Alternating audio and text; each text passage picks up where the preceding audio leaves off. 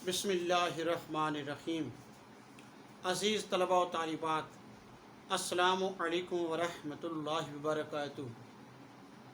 आज के इस लेक्चर में हमारा मौजू है ख़ुतूत नवीसी। अज़ीज़ तलबा व तालिबात, अगर आप अपने पेपर को देखेंगे तो आपको पता चलेगा कि आपके पेपर का जो 7वां सवाल है, आखिरी सवाल है, वो ख़ुतूत नवीसी या आप बीती पर मुश्तमिल है। आपको ख़त लिखना होता है या फिर आप बीती। आम तौर पर ज़्यादा मौक़े ऐसे आए हैं कि जब आपको ख़त लिखना पड़ता है, आप ख़ुतूत लिखते हैं। और ये जो अगर आप अपने बड़े बूढ़ों से बात करेंगे, अपने वालिद से या अपने दादा से या ख़ानदान के किसी भी बुज़ुर्ग से बात करेंगे तो आपको पता चलेगा कि ख़त किसी ज़माने में मवासलात का इंतहाई अहम ज़रिया हुआ करता था। ये हमारी तारीख़, हमारी रिवायत का एक नहायत अहम बाब था।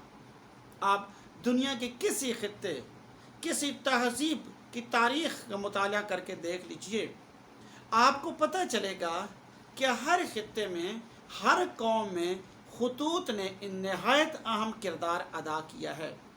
लोग अपने एहसासात और अपने जज्बात को करतासे अबियज़ पर मुंतकिल कर देते, कागज़ पर मुंतकिल कर देते और फिर अपने प्यारों को अरसाल कर देते हैं। कल तक ख़ुतूत नवीसी का चलन रहा है। ख़त जब मिलता था, या जो ख़त का इंतज़ार है, ख़त वसूल होने के बाद फिर जो खुशी के लम्हात हैं वो दीदनी होते थे। तो ख़त जो है आज बिलाशुबा जदीद ज़राए मवासलात की वजह से नहीं लिखा जा रहा। आज आप जानते हैं, मुझे नाम लेने की ज़रूरत नहीं है कि जदीद मवासलात के इतने ज़राए आ गए हैं कि अब आपको ख़त लिखने और फिर ख़त का इंतज़ार करने की ज़रूरत ही नहीं रही। अज़ीज़ तलबा व तालिबात, हकीकत ये है कि ख़ुतूत नवीसी हमारी तारीख़ और हमारे अदब का बहुत अहम बाब रहा है। आज भी आपके पेपर में ख़ुतूत नवीसी का सवाल ज़रूर आता है। आप मिर्ज़ा गालिब के ख़ुतूत पढ़ सकते हैं, आप इकबाल के ख़ुतूत पढ़ सकते हैं। बहुत से और भी मशाहिर अदब हैं जिन्होंने ख़ुतूत लिखे हैं और जिनका मुताला हमें तारीख़ के उस मखसूस दौर के बारे में बहुत कुछ बताता है। ख़ुतूत के ज़रिए तारीख़, मुआशरती रसूम व रिवाज, इसी तरह अदबी मुबाहस और दीगर कई एक मसाइल के बारे में हमें पता चलता है। कहा जाता है कि अगर आप 1857 या उसके आसपास की तारीख़ लिखना चाहें तो आप गालिब के ख़ुतूत पढ़ लीजिए। आपको गालिब के ख़ुतूत से उसके अहद की पूरी तारीख़ मिल जाती है। आप तारीख़ की किताब लिख सकते हैं। ख़ुतूत अदब के अंदर आज भी नहायत अहमियत के हामिल हैं। यही वजह है कि हम अपने तलबा व तालिबात को ख़ुतूत ज़रूर पढ़ाते हैं ताकि उन्हें अपने जो तारीख़ अदब है उसका भी पता चले। और इसके अलावा बिलाशुबा आज निजी ख़ुतूत जो हैं या जो ज़ाती ख़ुतूत होते थे, जिसमें आप अपने एहसासात, अपने जज्बात और अपने महसूसात को बयान करते थे, वो तो आज नहीं रहे। वो रिवायत जो है दम तोड़ गई है, वो ज़माने लद गए हैं। लेकिन अज़ीज़ तलबा, याद रखिए, आज भी सरकारी ख़ुतूत और कारोबारी ख़ुतूत उसी तरह लिखे जा रहे हैं।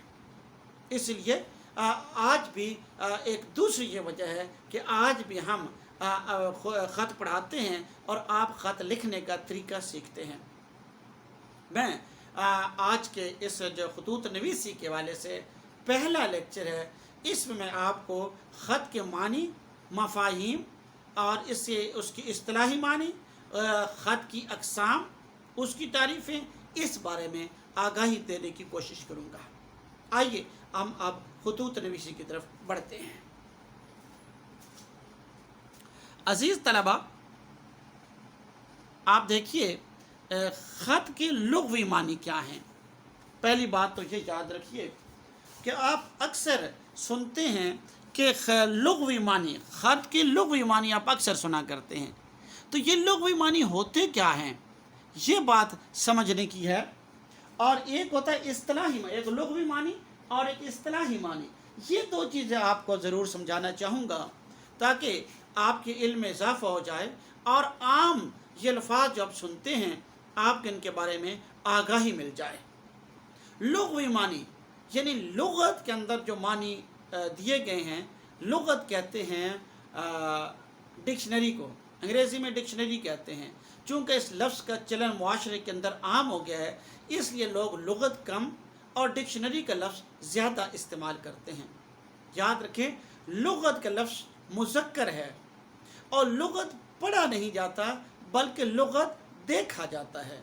आप देखिए, कभी ये मुमकिन नहीं है कि आप बैठें और पूरी पूरा जो लुग़त है आप शुरू से लेकर आखिर तक उसे पढ़ डालें।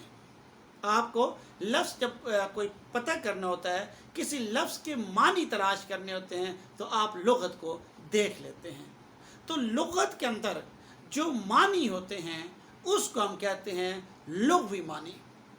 दूसरे इस्तिलाही मानी, इस्तिलाह जिसे इंग्लिश में हम कहते हैं टर्मिनोलॉजी, इस्तिलाहात जो हैं, इस्तिलाह के हो सकता है कुछ लफ्ज़ के मानी कुछ और हों, हो सकता है स्पीड के कुछ मानी और हों, लेकिन जब आप फिज़िक्स के आप डिफ़ाइन करेंगे, जब आप उसकी डेफिनेशन बनाएंगे, जब आप उसे एज टर्म लेंगे तो उसके मानी और मफ़ाहीम बदल जाएंगे।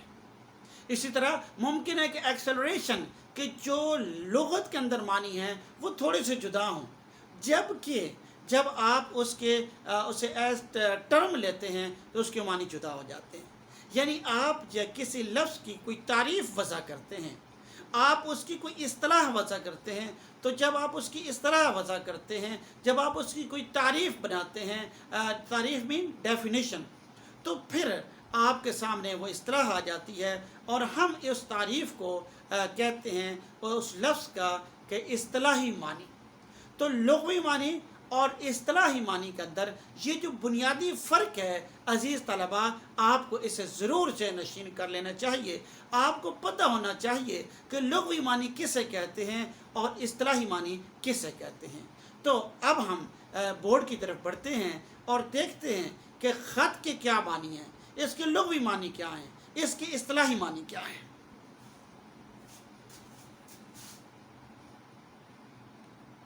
अज़ीज़ तलबा, देखिए ख़त के लुग़वी मानी अरबी ज़ुबान का लफ्ज़ है।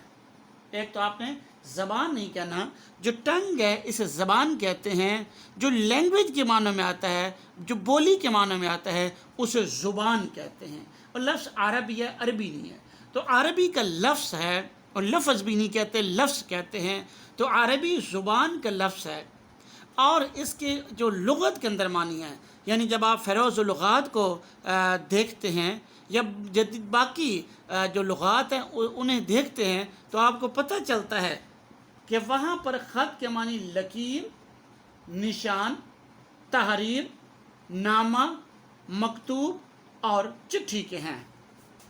हाँ, याद रखें, लकीर या निशान आप जब मार्जिन लगाते हैं, जब या किसी लफ्ज़ के नीचे कोई लकीर लगा देते हैं तो आप कहते हैं ख़त कशीदा अल्फाज, तो वहाँ पर वाकई ये ख़त कशीदा अल्फाज होते हैं। तो जिस ख़त से मुराद हमारी है या हम जिस मुराद ले रहे हैं वह नामा, मकतूब या चिट्ठी, इस माना में हम ख़त को ले रहे हैं। ख़त के इस्तिलाही मानी क्या हैं, इस्तिलाह में यानी तारीफ़ इसकी क्या है, इस्तिलाही मानी में क्या है। इस्तिलाह में दो अशख़ास या अफराद के दरमियान तहरीरी राबता, जी जब दो अशख़ास के दरमियान तहरीरी राबता होता है, लफ्ज़ों के ज़रिए एक दूसरे के साथ राबता होता है, तो हम इसे कहते हैं कि ये ख़त लिखा जा रहा है। उसके बाद ख़त के अंदर दो और इस्तिलाहात इस्तेमाल होती हैं, इसके बारे में भी आपको ज़रूर मालूम होना चाहिए। एक है मकतूब निगार, ख़त तहरीर करने वाला। मकतूब निगार, अगर आप ख़त लिख रहे हैं तो आप मकतूब निगार हैं, यानी जो शख्स ख़त लिख रहा है, ख़त लिखने वाला है, उससे हम कहते हैं मकतूब निगार। और उसके बाद अगली जो इस्तिलाह है वह मकतूब इलैह, ख़त वसूल करने वाला, यानी जिसको आपने ख़त लिखा है वो शख्स जो है वो मकतूब इलैह है। जो शख्स आपके ख़त को वसूल करेगा, आपके ख़त को रिसीव करेगा, वो पढ़ेगा, तो वो शख्स जो है वो मकतूब इलैह है। तो मकतूब निगार और मकतूब इलैह की जो टर्मिनोलॉजी है, जो ये इस्तिलाहात हैं, इन्हें आप ज़हन नशीन कीजिए। बाज़ औक़ात इस तरह के ऑब्जेक्टिव आ जाते हैं। उसके बाद आप अज़ीज़ तलबा व तालिबात देखिए ख़ुतूत की अक़साम। अलिफ़, ज़ाती या निजी ख़ुतूत। अहबाब, अज़ीज़ों, रिश्तेदारों के नाम जो ख़ुतूत लिखे जाते हैं, ये ज़ाती या निजी ख़ुतूत होते हैं। इसके अंदर बेतकल्लुफ़ी भी होती है और गैर रस्मी अंदाज से तख़ातुब पाया जाता है। ज़ाती या निजी ख़ुतूत जो हैं, आपने कभी न कभी ज़रूर लिखे होंगे। आप अपनी वालिदा को ख़त लिखते हैं, आप अपने वालिद को ख़त लिखते हैं, या आप अपने दोस्त को ख़त लिखते हैं, तो आप अपनी सहेली को ख़त लिखते हैं। तो जब आप अपने किसी हबीब को, अपने इंतहाई करीबी दोस्त को, रिश्तेदार को, किसी करीबी अज़ीज़ को ख़त लिखते हैं, तो उसमें वो अंदाज़ तख़ातुब नहीं होता जो आप किसी ऐसे शख्स को लिखते वक्त अपनाते हैं जिसे आप जानते नहीं होते। आप वहाँ पर गैर रस्मी तख़ातुब होता है। ख़िताब, तख़ातुब कहते हैं ख़िताब करना, किसी के साथ गुफ्तगू करना, बुलाना, बात करना। तो जो अंदाज़ तख़ातुब है वो उसके अंदर बेतकल्लुफ़ी पाई जाती है। हंसी मजाक की बातें भी हो सकती हैं, मोहब्बत प्यार की बातें भी हो सकती हैं। उसके अंदर कोई ज़ाती ज़िंदगी का हवाला भी दिया जा सकता है, ज़ाती अहवाल भी बयान किया जा सकता है। तो ये जो है अपनी ज़ाती मजबूरियाँ या मोहब्बतें या नफ़रतें या तमन्नाएँ या ख्वाहिशात या गुस्सा या खुशी, कुछ भी आप बयान कर देते हैं। तो इस तरह के ख़ुतूत जो होते हैं वो निजी या ज़ाती ख़ुतूत कहलाते हैं। और ज़्यादातर जो हमारी तारीख़ के अंदर ख़ुतूत लिखे गए हैं, हमारे जो रिवायत रही है, वो निजी या ज़ाती ख़ुतूत की होती है। अज़ीज़ तलबा, उसके बाद आगे बढ़ते हैं और आगे आप देखिए कारोबारी ख़ुतूत। कारोबारी ख़ुतूत किसे कहते हैं? कारोबारी ख़ुतूत होते हैं तिजारती इदारों के दरमियान होने वाली ख़तों किताबत, इसे कहते हैं कारोबारी ख़ुतूत।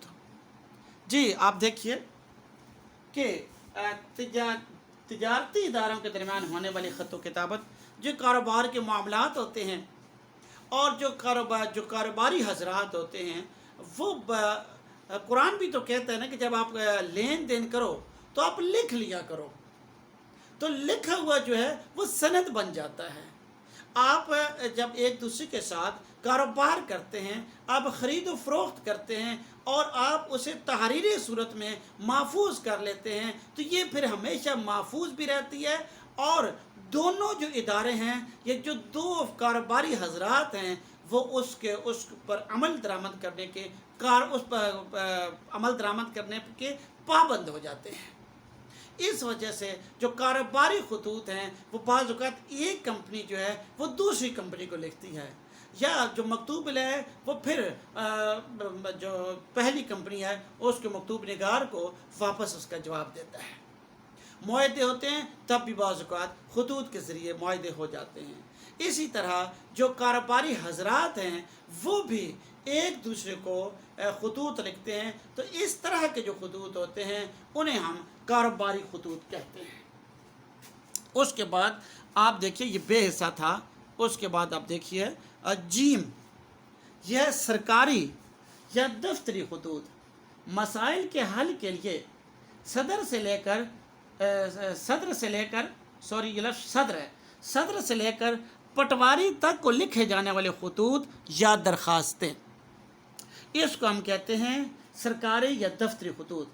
ये नंबर 1 मैंने लिखा है। और जो दूसरा नंबर है वो सरकारी महकमों के वो खतूत जो वो एक दूसरे को लिखते हैं। ठीक, आप देखिए यहाँ पर आपने जो हिस्सा जी में, इसमें सरकारी खतूत की बात देखिए। आपको तरह तरह के मसाइल से का सामना करना पड़ता है। आप एक मुल्क के अंदर एक मौजूद शहरी होते हैं और आप को मुख्तलिफ जो सरकारी महकमे हैं उनसे रब्ता करना पड़ता है। कभी ज़मीनों के मामलात होते हैं, कभी अदालतों के मामलात होते हैं, कभी अपने मीटर लगवाना होता है। इसी तरह से बाज़ औक़ात आपने मुलाज़मत के लिए दरख्वास्त देनी होती है और कभी दौरान मुलाज़मत मुख्तलिफ मसाइल के हल के लिए आप दरख्वास्त देते हैं। उसको वो इस तरह के जो खतूत हैं उन्हें आप सरकारी खतूत कहते हैं।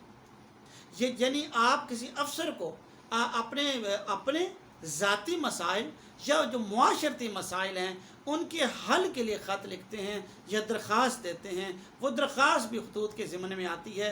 तो इस तरह का जो है वो खतूत जो हैं वो सरकारी खतूत में आते हैं।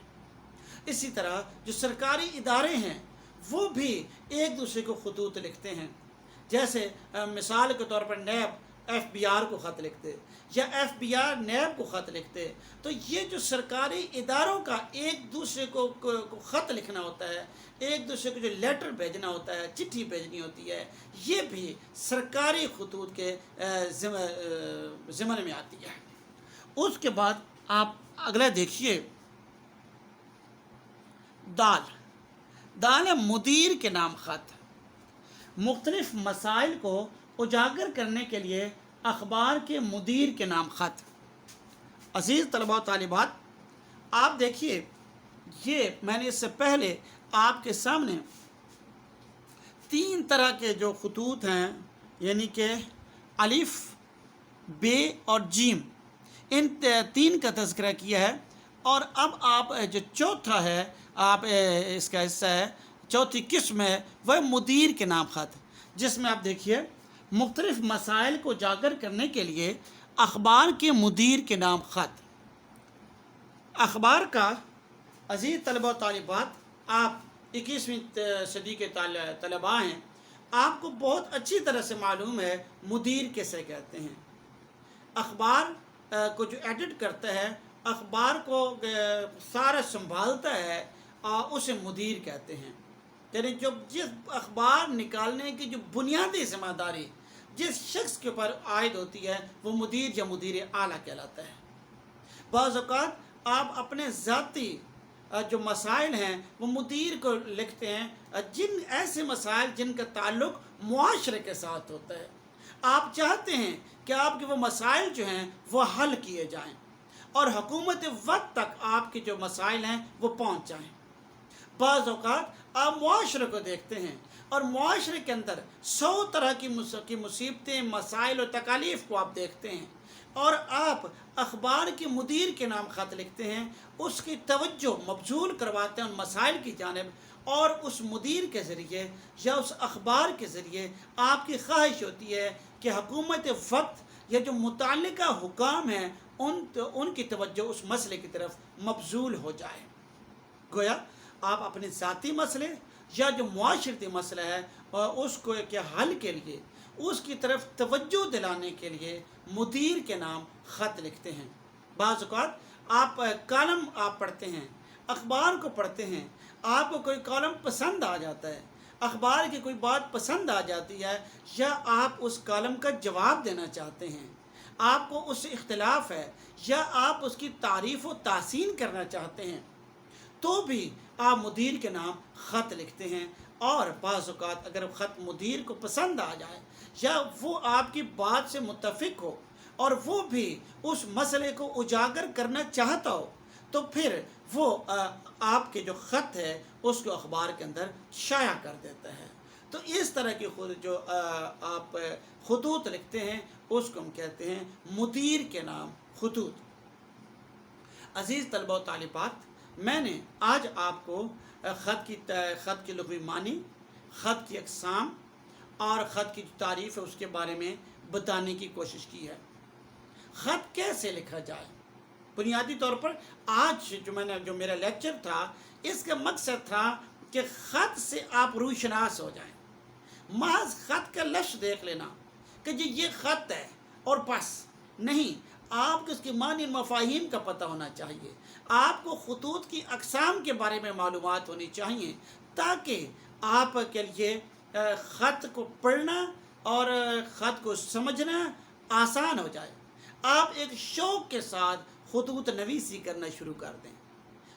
انشاءاللہ اگلے لیکچر میں میں آپ کو بتاؤں گا کہ خطوط نویسی جو ہے، خط لکھنا جو ہے، اس کی شرائط کیا ہیں، وہ کیسے لکھا جائے، وہ کون سے نکات ہیں جو بہت اہمیت کے حامل ہیں، اور آپ کو خط لکھتے وقت ان کو ملحوظ خاطر رکھنا ہوتا ہے۔